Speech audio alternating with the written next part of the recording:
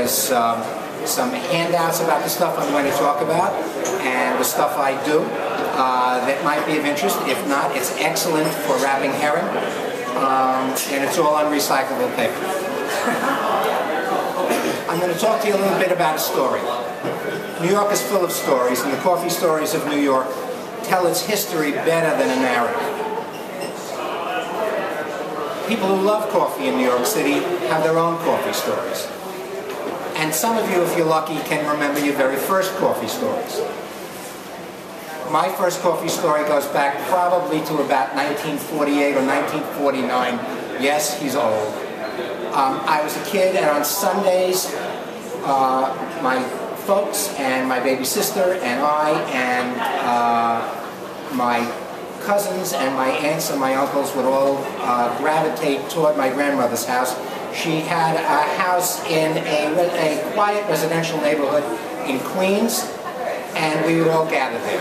And to me, Sunday mornings was always the sound of the rustling of the Sunday Times and the smell of fresh brewed coffee and the smell of marmalade and rye bread toast. On Sunday mornings, I can still smell the coffee and smell the crinkly smells of the rye bread toast and people throwing the crumbs off of the Times, which, in case you're young enough to know, was a full column wider than it is now, so that when you opened it up and had a double page, it was like this. But that's my story. Coffee story, of course, starts much earlier. The American colonies were mostly tea drinkers. They drank tea because the mother country was Great Britain. And Great Britain had moved from being a coffee-consuming nation in the early 1600s to being a tea-drinking nation by the early 1700s by virtue of Britain's supremacy in the Far East, particularly Ceylon and India. New York, however, had been introduced to coffee by the Dutch, for we had been originally a Dutch colony. So while tea was important in New York, coffee had supremacy.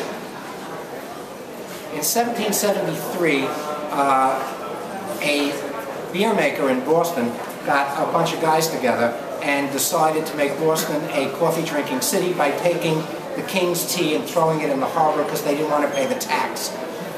There wasn't any tax on coffee. Coffee didn't come in from the East India Company. It came in from the Dutch. No tax. So if you went into a tavern, there were no restaurants, and ordered a cup of coffee, you were telling everybody in Boston, everyone in Charleston, everyone in New York, Baltimore, or Philly, that you were for independence. And overnight, coffee became the national beverage. In 1789, the president-elect took a carriage from his home in Mount Vernon, traveling through all the Middle Eastern states to get to New York City, where he was going to be inaugurated, on the corner of Broad and Wall, where the Treasury building stands now, and diagonally across the street and up the block from the New York Stock Exchange. But of course it wasn't there then. The president came in and landed on a barge at, I believe, the foot of Wall Street, was met by the mayor and the city of New York and the governor of the state, and immediately taken to the Merchant's Coffee House, where they all drank coffee. New York loved George Washington. Washington was a coffee drinker. They gave him what he loved. A few years later, in that same Merchant's Coffee House, the very first chartered bank in the United States, still in business, Bank of New York Mellon, then called Bank of New York, was founded in that same Merchant's Coffee House. In about 5 years later, the very first coffee roasting factory was opened in the city. Up until then, coffee had been like a strange headache remedy. For those of you who take Excedrin, you know that the second major ingredient after aspirin is caffeine. Coffee has always been a headache remedy, and so you bought coffee in an apothecary, or to put it in New York parlance, you went to Duane Reade to buy coffee. I think you can still buy coffee at Duane Reade.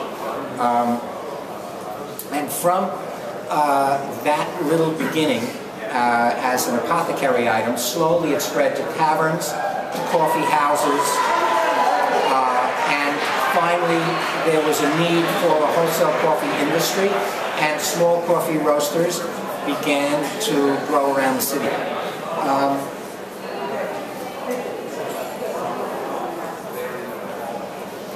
Two coffee districts grew. Now remember, the city was very young then, and while it was growing rapidly, the Dutch city ended at what is now Wall Street. There was a wall there to protect them from the Indians that lived in Central Park.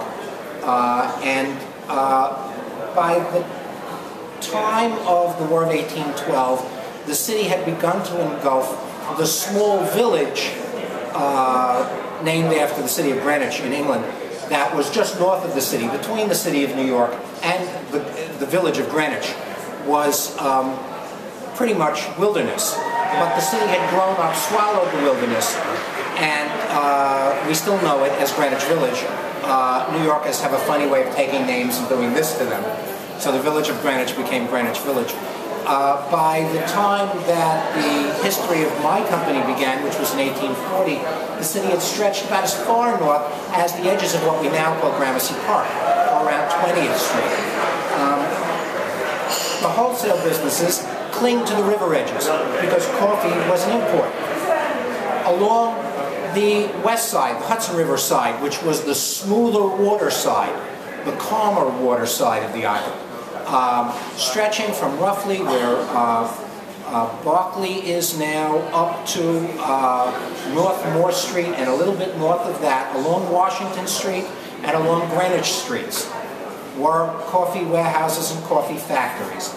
They went to the wharves along the Hudson, took the coffee out of the ships, bought the coffee from the ship's captains or the chandlers or the agents for the ship owners, dredged them, dragged them, or carried them across the street to their warehouses, and our little business was founded at 232 Washington Street between Berkeley and Park Place. On the east side, where the water was choppier and it was more difficult to bring in ships, you had a wholesale coffee industry growing in that part of the city that we now identify as South Street Seaport, and before that, when I was a boy, as the Fulton Fish Market.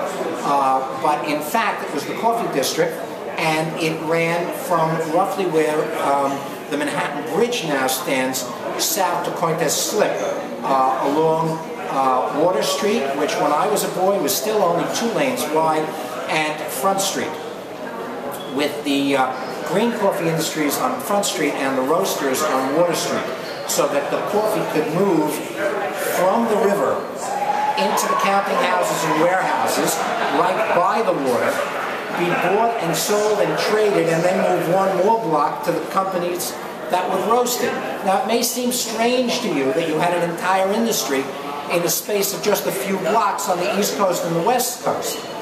But you might remember that as recently as 20 years ago in the city, businesses, industries had neighborhoods. I remember when I was a kid, my father was, our business at that time was on Water Street, off the corner of Wall, where the building known as 55 Water Street stands now. It was a very narrow street. We had a fireproof 5-story building. It was about 20 feet wide and about 100 feet deep. The business to the right of us was Martinson Coffee. The business to the left of us was a business called Old Dutch Coffee, which was later bought by Savarin, and the brand no longer exists. We were on our way north in the city, and he came up Center Street, and as he crossed Canal, he said to me, "Remember when you're older, if you ever need a motor for one of the grinders or one of the roasters, you come to Center Street, because Center Street is where all the dealers in electric motors are in the city." And if you look up the history of the city of New York, and when the World Trade Center was first thought about, and they were thinking of putting it on the Lower West Side, there was a tremendous upheaval, because the Lower West Side was where you went to buy 2 things if you were a New Yorker. You went to buy electronics, not computers. Al Gore was still in middle school. The internet hadn't been invented yet. But you went there to buy TVs, radios, and dare I say Victrolas, or you went there to get discount menswear. Okay, Mearns was down there, and a whole lot of other big wholesale menswear places. The garment district was in the 30s on 8th or 9th Avenue.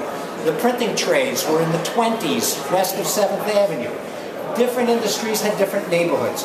In a world before we had telegraph, in a world before we had tweeting and email and the telephone, businesses had to be, and related industries had to be together so that they could communicate with each other by using their office boys as runners, carrying samples, carrying notes, carrying bids from one business to another within the same industry. And so the coffee industry was the first coffee industry growing on the west side, just north of where the World Trade Center is being rebuilt, and on the east side where it moved mostly after the Civil War, because after the Civil War we had a brand new industry in the city, and it was called cruise ships.